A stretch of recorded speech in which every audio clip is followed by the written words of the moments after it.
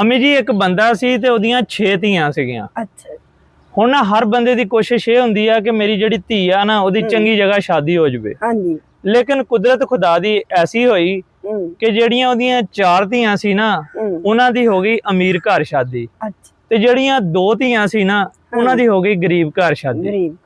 ਹੁਣ ਜਿਹੜੀਆਂ 4 ਸੀਗੀਆਂ ਨਾ ਉਹਨਾਂ ਨੇ ਆਣਾ ਆਪਣੇ ਮਾਂ-ਬਾਪ ਦੇ ਘਰ ਤੇ ਗੱਡੀਆਂ ਤੇ ਆਣਾ ਤੇ ਬੜਾ ਅੱਛੇ ਕੱਪੜੇ ਤੇ ਬੱਲੇ ਬੱਲੇ ਲੋਕਾਂ ਨੇ ਕਹਿਣਾ ਵੀ ਫਲਾਣੇ ਦੀਆਂ ਧੀਆਂ ਆਈਆਂ। ਤੇ ਜਿਹੜੀਆਂ 2 ਸੀ ਵਿਚਾਰੀਆਂ ਉਹਨਾਂ ਦੇ ਬੰਦੇ ਗਰੀਬ ਸੀ, ਉਹਨਾਂ ਨੇ ਕਿਤੇ ਟੁੱਟੀ ਜੀ ਮੋਟਰਸਾਈਕਲ ਤੇ ਲੈ ਕੇ ਆਣਾ। ਤੇ ਉਹ ਜਦੋਂ ਉਹਨਾਂ ਨੇ 2 ਕੁੜੀਆਂ ਜਿਹੜੀਆਂ ਗਰੀਬ ਸੀ ਨਾ ਉਹਨਾਂ ਨੇ ਆਪਣੇ ਬੰਦਿਆਂ ਦੂਸਰੇ ਆਪਣੀਆਂ ਭੈਣਾਂ ਵੱਲ ਦੇਖਣਾ ਨਾ ਤੇ ਇੱਕ ਵਾਰੀ ਸੋਚਣਾ ਕਿ ਅੱਛਾ ਅੱਲਾ ਸਾਨੂੰ ਵੀ ਦੇਗਾ। ਹੁਣ ਹੋਇਆ ਇਸ ਤਰ੍ਹਾਂ ਕਿ ਉਹਨਾਂ 2 ਗਰੀਬਾਂ ਚੋਂ ਜਿਹੜੀ ਇੱਕ ਗਰੀਬਣੀ ਸੀ ਨਾ ਉਹਦੇ ਬੰਦੇ ਦੀ ਹੋ ਗਈ ਡੈਥ, ਉਹਦਾ ਬੰਦਾ ਹੋ ਗਿਆ ਫੌਤ। ਅੱਲਾਹ ਤਾਲਾ ਦੀ ਕੁਦਰਤ, ਔਰਤ ਵੀ ਕੋਈ ਚੰਗੀ ਸੀਗੀ। ਉਹ ਜਦੋਂ ਉਹਦਾ ਬੰਦਾ ਹੋ ਗਿਆ ਫੌਤ ਤੇ ਹੁਣ ਘਰ ਚਲ ਗਈ ਮਾਪਿਆਂ ਦੇ, ਤੇ ਥੋੜਾ ਅਰਸਾ ਗੁਜ਼ਰਿਆ ਮਾਪਿਆਂ ਨੇ ਸ਼ਾਦੀ ਕੀਤੀ, ਉਹਨੂੰ ਵੀ ਚੰਗਾ ਅਮੀਰ ਘਰ ਲੱਭ ਗਿਆ। ਚਲੋ ਉਹ ਵੀ ਚੰਗਾ ਖੁਸ਼ੀ ਨਾਲ ਰਹਿਣ ਲੱਗ ਗਈ, ਗੱਡੀਆਂ ਮੋਟਰਾਂ ਹਰ ਚੀਜ਼ ਉਹਦੇ ਕੋਲ, ਚੰਗੇ ਕੱਪੜੇ। ਹੁਣ ਜਿਹੜੀ 6ਵੀਂ ਧੀ ਸੀ ਨਾ ਉਹ ਰਹਿ ਗਈ ਗਰੀਬਣੀ। ਹੁਣ ਜਦੋਂ ਉਹਨੇ ਆਪਣੀਆਂ 5 ਭੈਣਾਂ ਵੱਲ ਦੇਖਣਾ ਨਾ ਤੇ ਉਹਨੇ ਦਿਲ ਦੇ ਅੰਦਰ ਆਣਾ ਕਿ ਲੈ ਮੇਰੀਆਂ ਜਿਹੜੀਆਂ 5 ਭੈਣਾਂ ਇਹ ਤੇ ਮौज ਮਸਤੀ ਕਰ ਰਹੀਆਂ, ਇਹਨਾਂ ਕੋਲ ਇੰਨਾ ਪੈਸਾ, ਗੱਡੀਆਂ ਮੋਟਰਾਂ, ਤੇ ਮੈਂ ਇੱਥੇ ਧੁੱਪੇ ਖੱਪਦੀਆਂ, ਕਦੀ ਡੰਗਰਾਂ ਦਾ ਗੋਹਾ ਚੱਕਦੀਆਂ, ਆਪਣਾ ਮੇਰਾ ਬੰਦਾ ਆ ਉਹਦੇ ਨਾਲ ਮੈਂ ਸਾਥ ਦਿੰਨੀ ਆ, ਤੇ ਮੈਂ ਕੀ ਕਰਾਂ? ਮੇਰਾ ਬੰਦਾ ਜੱਟ ਜ਼ਿਮੀਂਦਾਰ ਗੁੱਜਰ, ਮਤਲਬ ਜਿਸ ਤਰ੍ਹਾਂ ਦਾ ਵੀ ਆ ਮਾੜਾ ਮੋਟਾ ਆ, ਤੇ ਮੇਰਾ ਵੀ ਬੰਦਾ ਕਿਤੇ ਅਮੀਰ ਹੁੰਦਾ ਨਾ ਤੇ ਗੱਲ ਬਣ ਜਾਂਦੀ।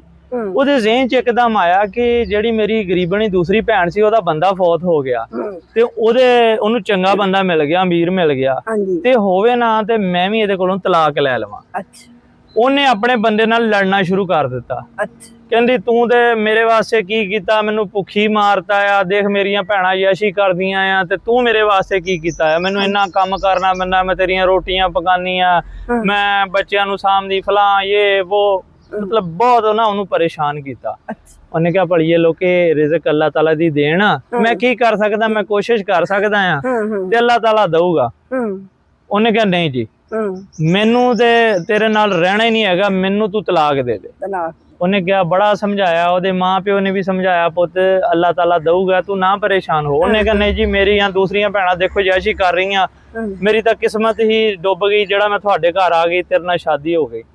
ਬੰਦਾ ਕੋਈ ਚੰਗਾ ਸੀ, ਮਿਹਨਤਰਲਾ ਕੀਤਾ, ਖੈਰ ਨਾ ਉਹਨੇ ਜਦੋਂ ਗਈ ਅਦਾਲਤ ਦੇ ਵਿੱਚ ਤਾਂ ਅਦਾਲਤ ਨੇ ਉਹਦੀ ਯਾਨੀ ਕਿ ਤਲਾਕ ਦਵਾਤੀ। ਤਲਾਕ ਦਵਾਤੀ, ਕਹਿੰਦੀ ਮੈਂ ਬੱਚੇ ਵੀ ਨਹੀਂ ਰੱਖਣੇ ਹੈਗੇ। ਬੱਚੇ ਵੀ ਉਹਨੇ ਬੰਦੇ ਨੂੰ ਦਿੱਤੇ, ਉਹ ਕਹਿੰਦੀ ਆਪਣੇ